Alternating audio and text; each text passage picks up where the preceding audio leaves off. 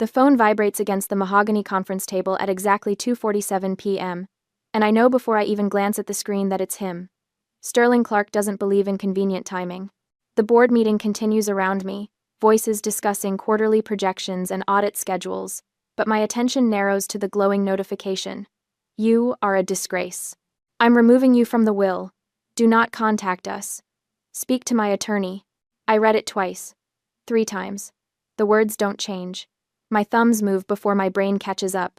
I type a single word and hit send. Understood.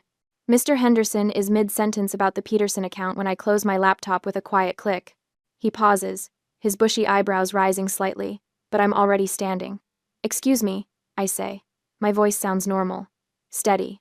Like my father didn't just disown me via text message during a Wednesday afternoon meeting. I don't run to my office. I walk.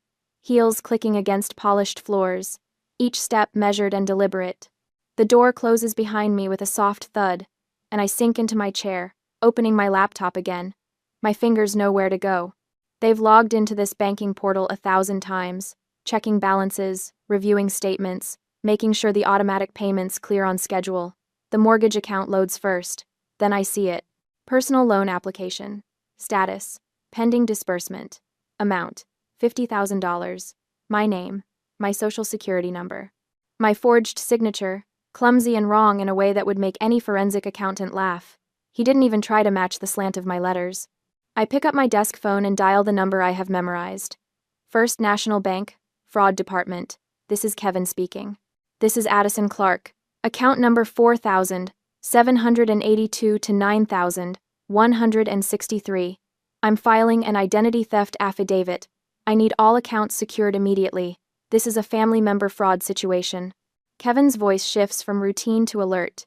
Can you verify your date of birth and the last 4 digits of your social? I rattle off the information while pulling up my personal ledger. The spreadsheet opens, and there they are. 5 years of transactions, lined up like soldiers. $3,200. Every month. Without fail. 60 payments. $192,000 total. For the lake house. Grandmother's lake house. The one she left to all of us. The one my parents promised would be mine someday. Just keep making the mortgage payments, Addison. We'll transfer the deed when we retire. You'll have your sanctuary. Your peace. Except I haven't been allowed to visit in 6 months.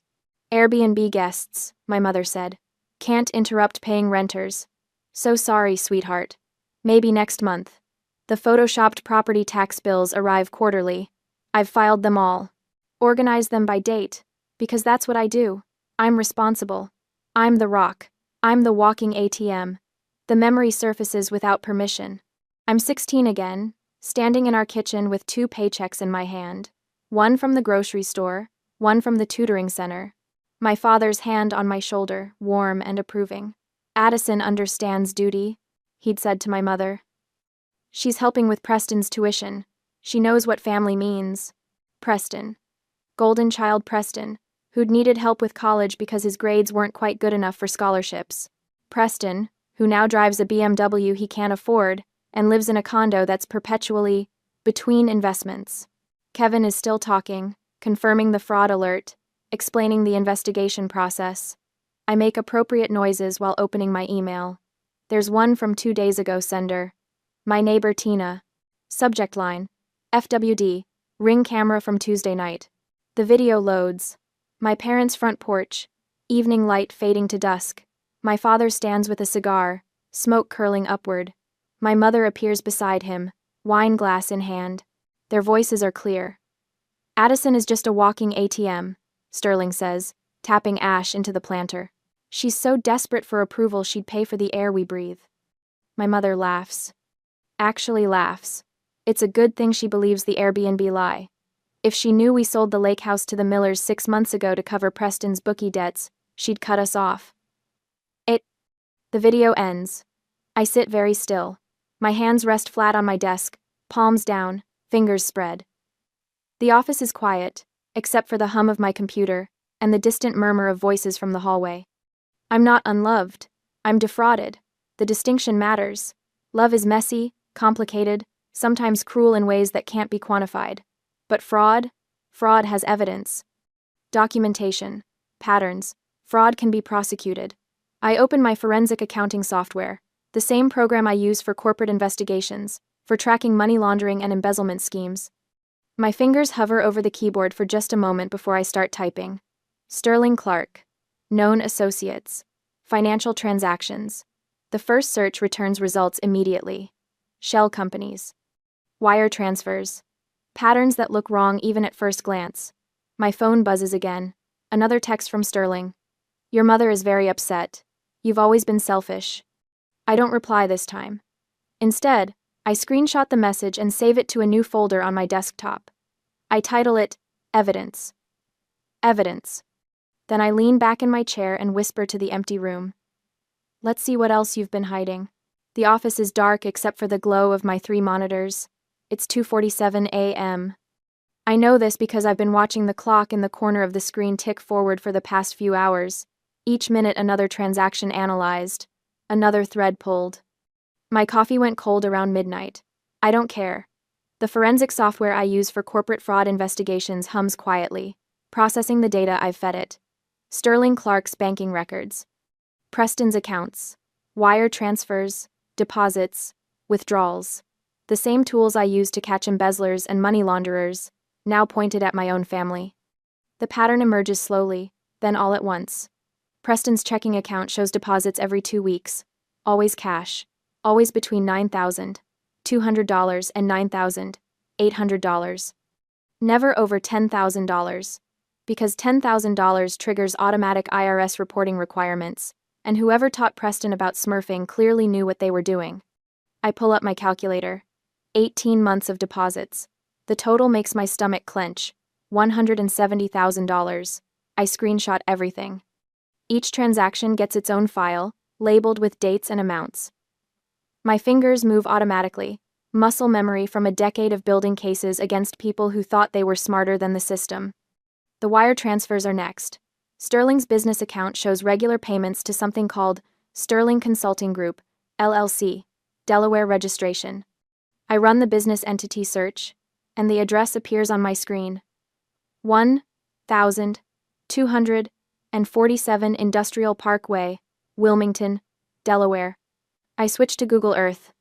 The satellite view loads, and I zoom in slowly, watching the pixelated image sharpen into clarity. A strip mall, faded awnings, cracked parking lot.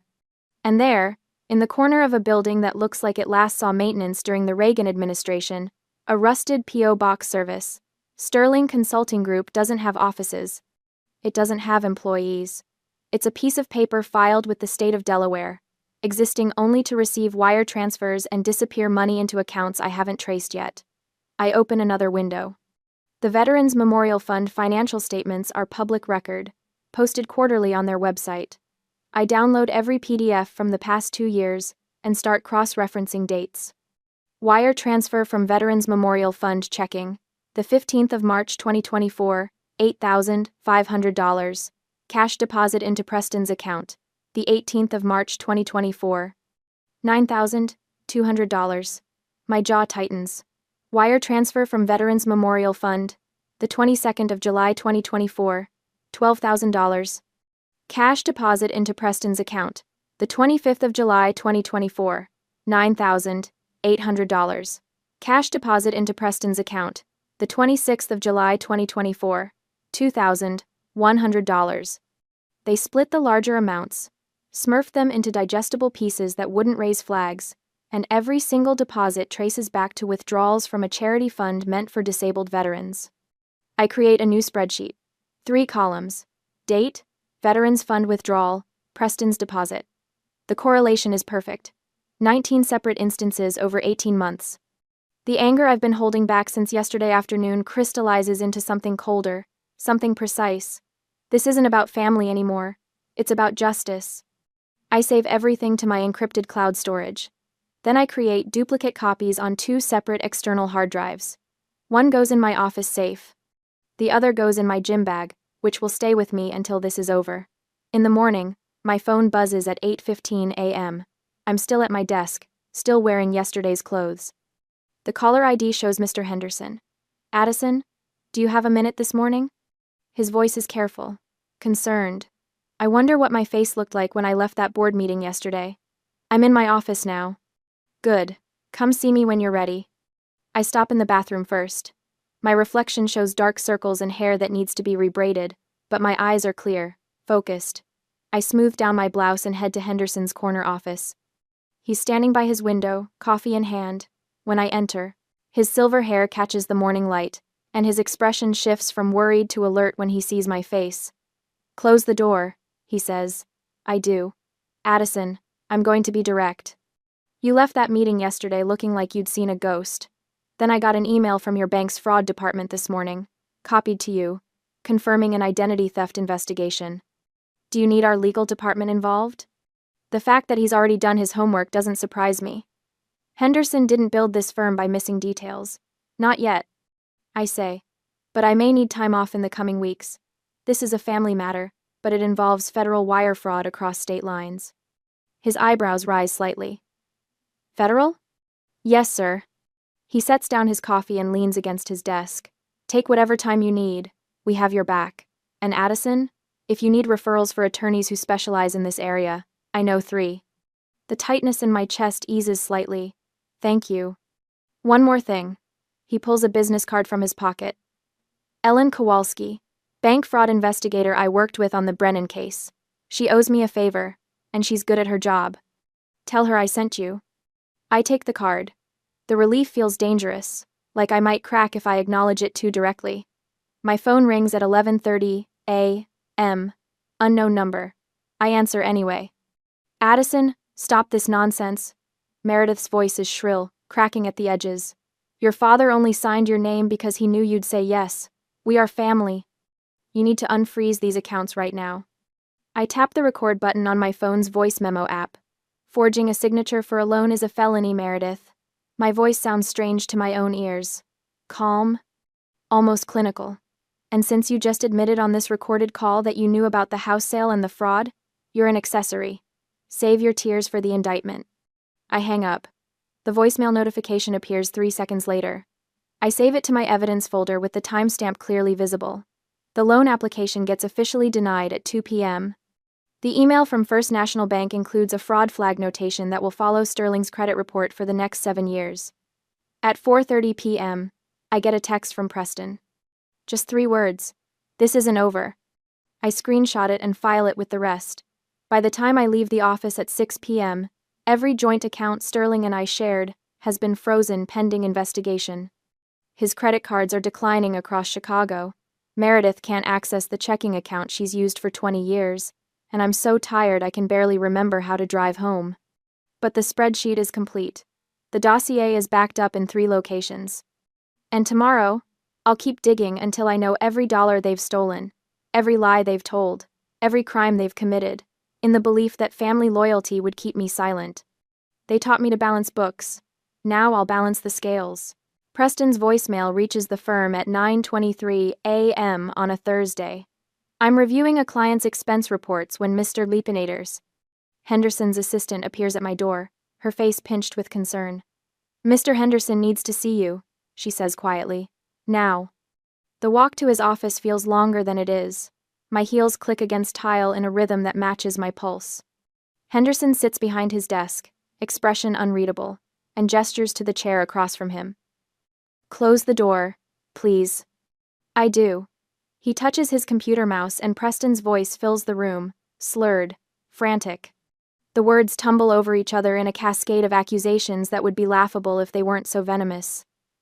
My sister is having a complete mental breakdown. She's addicted to prescription opioids. We have proof she's been embezzling from client accounts to feed her habit.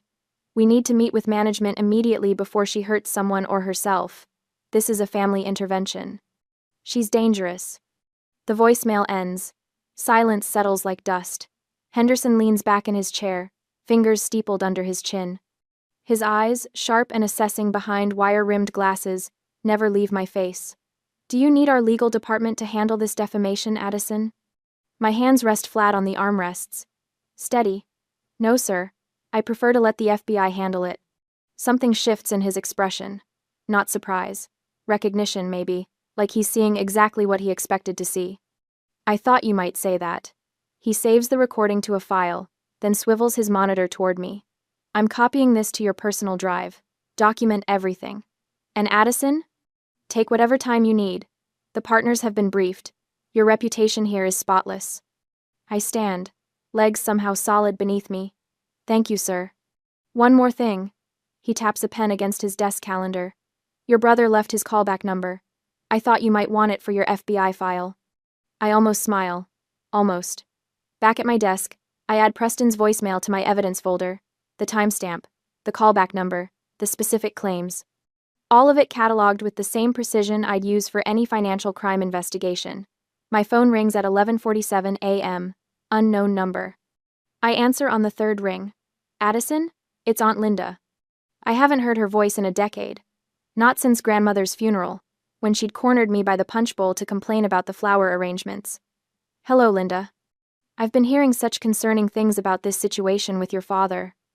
Her tone drips with practiced sympathy.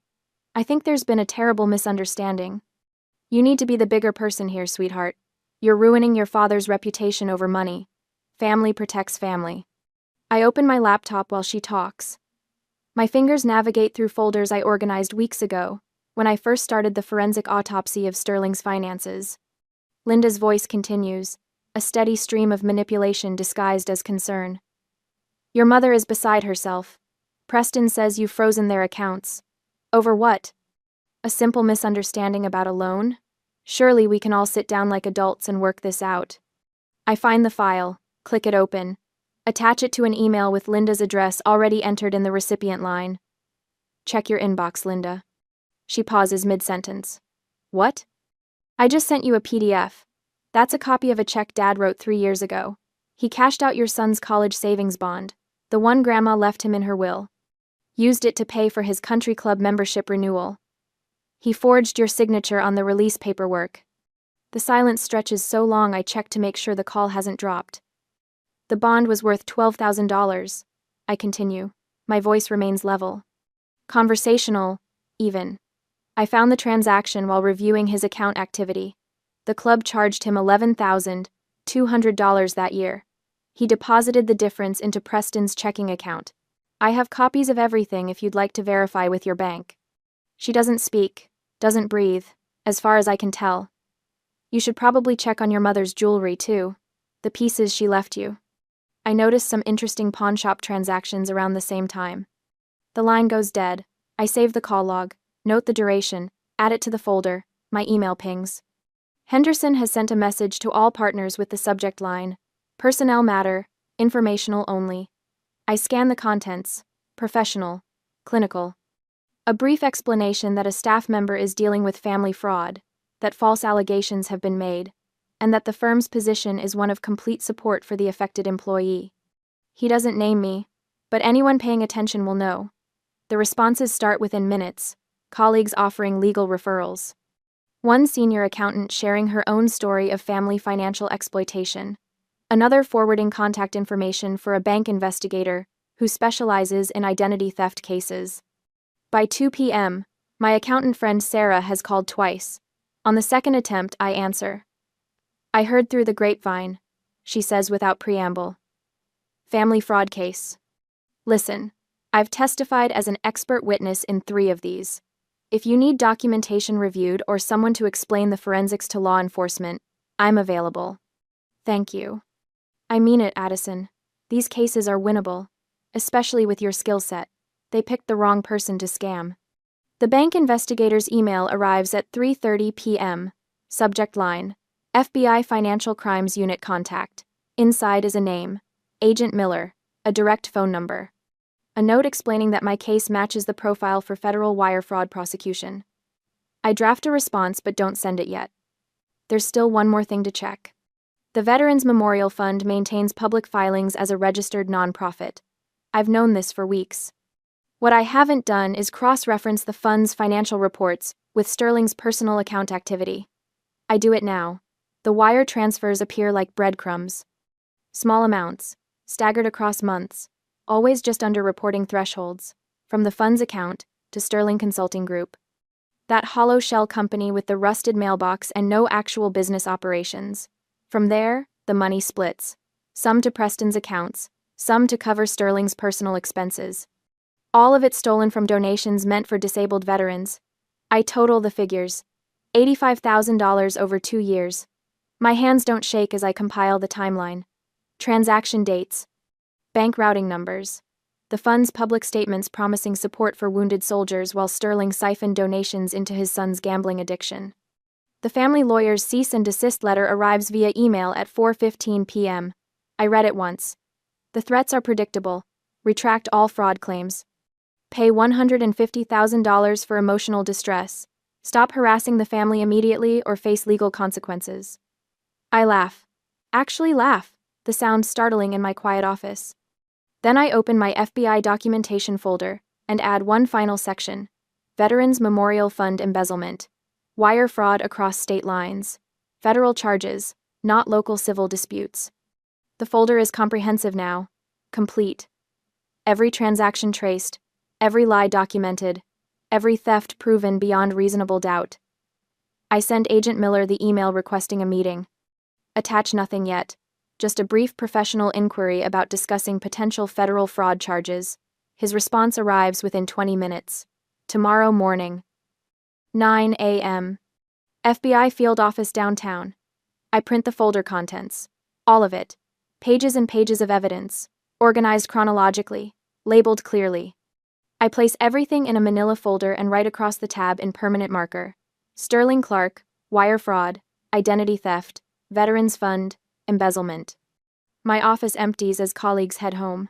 The sun angles lower through my window, casting long shadows across my desk. I sit with the folder in front of me, hands resting on either side of it. Tomorrow morning, FBI field office, Agent Miller. No turning back after this. I close my eyes and think of grandmother's lake house, the real one, before my parents sold it to cover Preston's debts. The dock where I used to sit with morning coffee, watching sunrise paint the water gold. The silence that felt like peace instead of punishment. They stole that from me. But they also made a crucial mistake. They stole from veterans. From people who sacrificed everything. People whose stories matter to federal prosecutors and juries and judges. I open my eyes and slide the folder into my briefcase. Tomorrow morning, I walk into that FBI office and hand over everything. Tomorrow, the walking ATM stops making deposits and starts making withdrawals. The following day, Agent Miller closes the folder and looks at me across the metal desk. 3 hours have passed since I walked into this FBI field office, and my coffee went cold somewhere around hour 2. The fluorescent lights buzz overhead, the same relentless hum I've heard in every government building I've ever entered. This is federal wire fraud with aggravating factors, Miller says. His voice is flat, professional. Veterans Fund involvement elevates priority. I hand him the encrypted drives. 2 of them, both containing identical copies of everything. 5 years of transactions, shell company formations, wire transfer receipts, forged signatures. The kind of evidence that makes prosecutors salivate. We'll open a formal investigation within 48 hours, Miller continues. He's younger than I expected, maybe 40, with the kind of exhausted eyes that suggest he's seen too many families destroy each other over money. You should prepare for your family to escalate when they realize what's happening. I almost laugh. They've already disowned me and tried to take out a loan in my name. How much worse can it get? Miller doesn't smile. You'd be surprised. 2 days later, I find out exactly what he means. I'm reviewing the Patterson account when my phone starts buzzing. Not the usual single notification, but a sustained vibration that suggests something has gone viral. I unlock the screen and see 47 text messages from numbers I don't recognize. Then I open Nextdoor. Preston's post sits at the top of our neighborhood feed, and the comment count is climbing by the second. The timestamp shows he published it 20 minutes ago. My sister Addison is spreading lies about our family. She's claiming money is missing from the Veterans Memorial Fund, but the truth is, she's just bitter about being written out of Dad's will. The $85,000 she's talking about was just a temporary loan to help our family through a rough patch. We intended to pay it back next month. She's weaponizing a private family matter to destroy Dad's reputation in this community. Don't believe her lies. I read it twice, my pulse steady, my hands completely still on the desk. He confessed, in writing, to embezzlement, on a public forum. The comments are already brutal. Barbara Henderson, from 3 streets over. Wait, so you're admitting the money went missing? Mark Sullivan, whose son served in Afghanistan. A temporary loan, from a veterans fund? Are you serious right now? I screenshot everything before Preston can delete it. Then I watch as dozens of people do the same thing, the post spreading through our wealthy suburb like wildfire. My phone rings. Mr. Henderson. Have you seen next door? He asks. Currently watching Preston dig his own grave in real time. Good, because I just forwarded it to our legal department. They want you to know this constitutes written evidence of embezzlement. He pauses. Also, Sterling's at the country club right now. Might want to check those Ring camera groups you're in. I don't have to wait long. The first video appears within minutes, uploaded by Jennifer Morrison with the caption, "When keeping it real goes wrong." The footage shows Sterling approaching the country club entrance, shoulders back, that familiar arrogant tilt to his chin. The manager intercepts him at the door. I can't hear the conversation, but I watch Sterling's face change when his membership card is declined. His mouth moves, animated, angry. "Do you know who I am?" The manager gestures to security. 2 men in polo shirts appear, flanking my father. He's still talking, still posturing, but they're already guiding him toward the exit. The camera follows his walk of shame past the dining room, where at least 30 members are watching. Several have their phones out. A second video appears from a different angle. This one has audio. "This is outrageous." Sterling's voice carries across the entrance hall. "I've been a member here for 20 years. The board received some concerning emails this morning," the manager says, his tone professionally neutral. "Your membership is suspended pending investigation." I close my laptop and lean back in my chair. The board members work fast. My phone buzzes again. This time it's a news alert. Local station WMAQ has picked up the story. North Shore nonprofit under investigation. Allegations of embezzlement from Veterans Memorial Fund.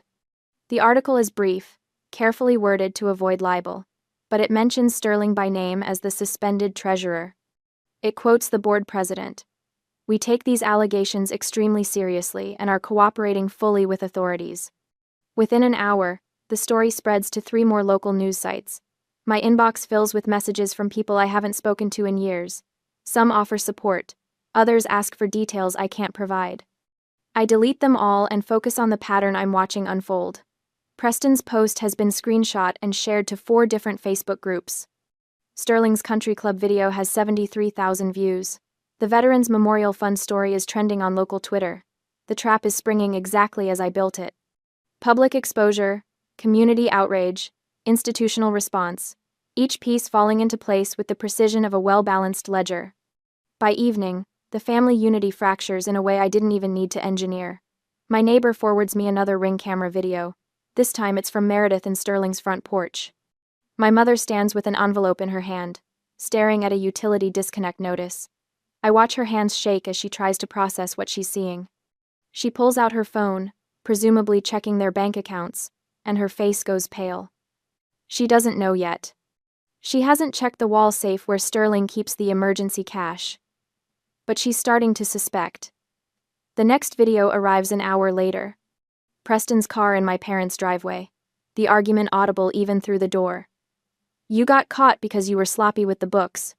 Preston's voice, high-pitched and panicked. "I wouldn't have needed to touch the fund if you didn't have a gambling addiction." Sterling, loud enough for neighbors to hear. My mother's voice cuts through. "Both of you shut up. Do you realize what Addison has done? Everything is frozen. Everything." I save all 3 videos to my evidence folder. Then I open my email and find the message I've been waiting for. Subject line: Search warrant approved. Agent Miller's note is brief. Execution scheduled for 6 a.m. tomorrow. Recommend you stay clear of the area. I won't be anywhere near my parents' house when the FBI arrives. I'll be here, in my office, doing exactly what I do best: balancing ledgers, documenting patterns, watching the numbers tell their inexorable truth. My phone buzzes one final time, a text from Meredith. "Please, Addison, we can fix this. We're family." I don't respond. Instead, I pull up the federal indictment draft Agent Miller shared with me this afternoon. 3 names listed as defendants, 3 sets of charges: wire fraud, embezzlement, identity theft, Conspiracy. The paperwork is beautiful in its precision. Every transaction documented, every lie cataloged, every attempt at manipulation turned into evidence. I close my laptop and look out my office window at the city skyline. The sun is setting, painting the buildings in shades of orange and gold. Somewhere across the city, my family is tearing itself apart. Fighting over blame, scrambling for cash that doesn't exist, realizing finally that the walking ATM has closed her accounts permanently. Tomorrow morning, federal agents will knock on their door with a search warrant. Tomorrow afternoon, boxes of evidence will be carried out in front of the neighbors. Tomorrow evening, the local news will have footage of my father in handcuffs. But tonight, I sit in the quiet of my office and feel something I haven't felt in 5 years. Peace. The battering ram hits the door at 6:03 a.m. I'm already awake when my phone lights up with the news alert. I am at my office. I did not go home last night, waiting for this moment. FBI executes search warrant at suburban home. The article doesn't name Sterling yet, but I know. I requested the courtesy notification from Agent Miller. Professional courtesy, investigator to investigator. I pour my coffee and watch the live helicopter feed on my laptop. The suburban street I grew up on looks smaller from above. The house where I spent 16 years working 2 jobs to prove my worth now, surrounded by black SUVs and agents and windbreakers. Neighbors cluster on lawns in bathrobes and slippers, phones out, recording everything. The doorbell camera footage will be excellent this time. Intentional. By 7:30, the local news has cameras on scene. I recognize the reporter, a blonde woman in a purple blazer, who usually covers city council meetings. She's practically vibrating with excitement, microphone pointed at the house while agents carry out boxes, computers, filing cabinets, the kind of seizure that makes excellent television. Sterling's Mercedes isn't in the driveway. I zoom in on the feed. Meredith stands on the front steps, hands pressed to her mouth, mascara already tracking down her cheeks. An agent is speaking to her, gesturing back toward the house. She's shaking her head, hysterical in the way she's always been hysterical when things don't go her way. The performance falls flat without an audience who cares. My second monitor shows the neighborhood next door feed. 53 comments already. Screenshots of Preston's deleted confession post making the rounds again, shared and reshared. Someone posted a link to the Veterans Memorial Fund investigation. The schadenfreude is thick enough to choke on. Did you see the FBI at the Clark's house? About time. My cousin is a disabled vet. This makes me sick. I always knew something was off about that family. I close the browser. Their judgment isn't mine to manage. At 8:15, Meredith's sister calls. I silence it. Then my mother's book club president. Silence. Then someone from the country club, probably calling to ask if I knew, if I had any comment, if I understood what this meant for the family reputation. There is no family reputation left to protect. Agent Miller texts at 9. Subject not at residence. Vehicle located downtown. CPD notified. Downtown, Chicago, my building. I stand from my desk, coffee forgotten, and walk to the window. The morning sun reflects off glass and steel. Lake Michigan stretches east, gray, and endless. Somewhere down there, Sterling is driving toward me, desperate and stupid and convinced that I'm still the person who answers when he calls. My intercom buzzes at 9:47 a.m. Miss Clark, there's a Sterling Clark in the lobby requesting access. He's quite insistent. Should I send him up? I pull up the lobby camera feed on my phone. He looks destroyed.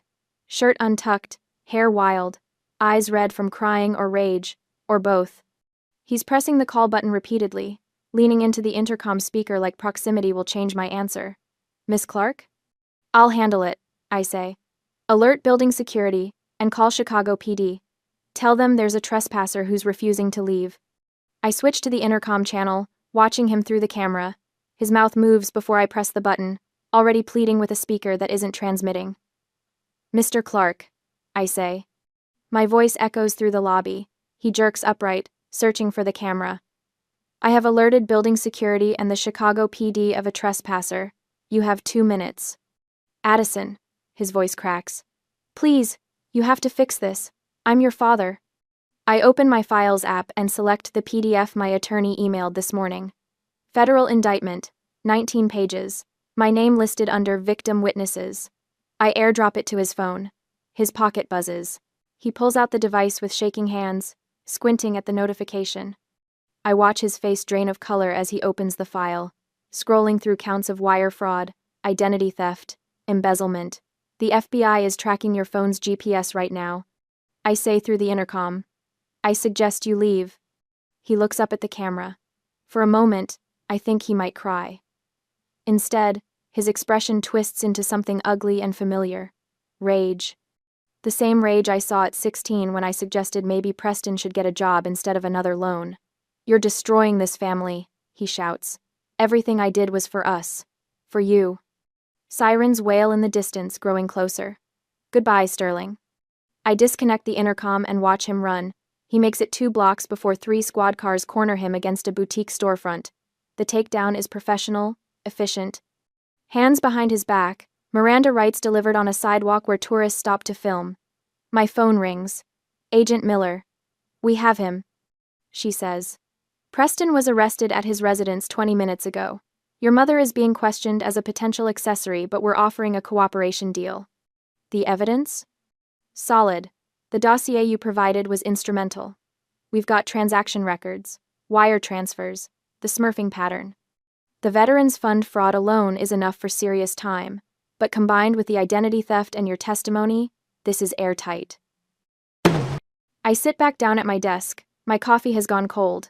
The grand jury convenes next week, Miller continues.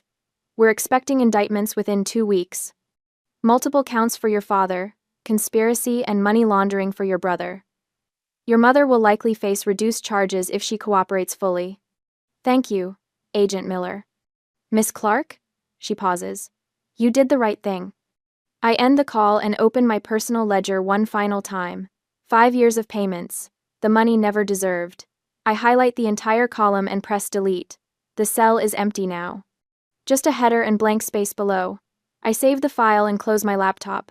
Outside my window, Chicago continues its morning. Traffic flows, people walk, the sun climbs higher. Everything moves forward while Sterling sits in a police car, finally facing consequences he spent decades avoiding. My intercom buzzes again. Miss Clark, the police have removed the individual. Is there anything else you need? No, I say. Thank you. I pick up my cold coffee, dump it in the sink, and brew a fresh cup. There's a Peterson account review at 10, and a team meeting at 11. Work continues. Life continues. The ledger is balanced.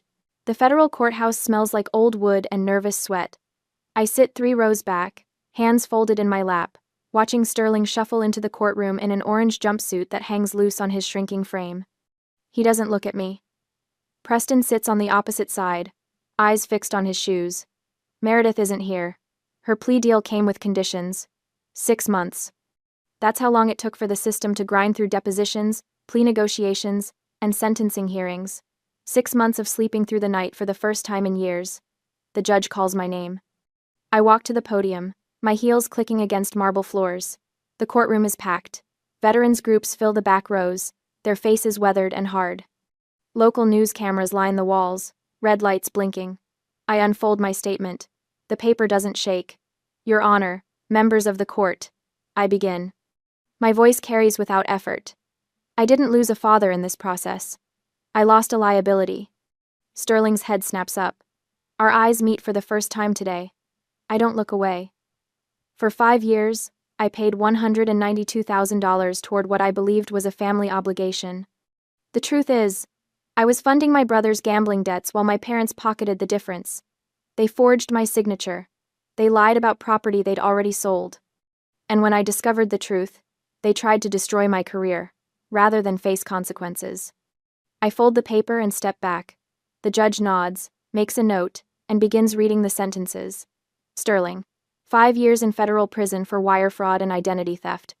Preston, probation, permanent felony record, restitution payments he'll never finish. Meredith, house seized, now living in state-subsidized senior housing 40 minutes from anyone she knows. The gavel falls. It sounds final. 3 weeks later, I sit on my own dock drinking coffee as the sun rises over water that belongs to me. The deed arrived yesterday, my name printed in neat black letters. No co-signers, no hidden clauses, just Addison Clark, sole owner. The cabin is small. 1 bedroom, a kitchen with mismatched cabinets, A porch that needs new boards. I bought it with the money I saved. No more $3,200 monthly payments. No more photoshopped tax bills. No more checking my bank account 3 times a day, waiting for the next forged signature. This lake is different from grandmother's, quieter. No memories of childhood summers or family promises. Just water and trees and the occasional loon calling across the surface. The silence used to hurt. When my mother would go days without returning calls, when my father would sit across from me at dinner and talk only about invoices and interest rates, that silence felt like punishment, like I wasn't worth the effort of conversation. This silence heals. I open my journal, the leather cover soft from handling. The pages are full now. Months of processing narcissistic family dynamics with Dr. Morgan, writing down revelations that felt obvious in hindsight but impossible to see while living them. I write, "Love isn't measured in dollars. Duty doesn't mean doormat." My phone buzzes. A text from Mr. Henderson. "Congratulations on the promotion, senior forensic consultant. Well deserved. The firm gave me a raise last month. More responsibility, more complicated cases. I've started specializing in family fraud cases, helping other people untangle financial abuse from people who claim to love them. The work matters in ways my old audits never did." Aunt Linda's son sent flowers to my new address. The card read, "You saved my college fund. Grandfather stole it years ago. Thank you for telling the truth." Chosen family, I'm learning, means more than shared blood. I close my journal and set down my coffee cup. The wine will come later, at sunset, when the water turns gold and the air cools. For now, I just sit. No anxiety, no obsessive account checking, no wondering if this month's payment cleared or whether my father will text demanding more. I pull out my journal one more time and write the final entry. For years, I balanced their books. Now I've balanced my life. The ledger shows what I always suspected. I was never the debt. I was the asset they couldn't afford to keep. I close the journal and watch the sun climb higher. The ledger is finally balanced.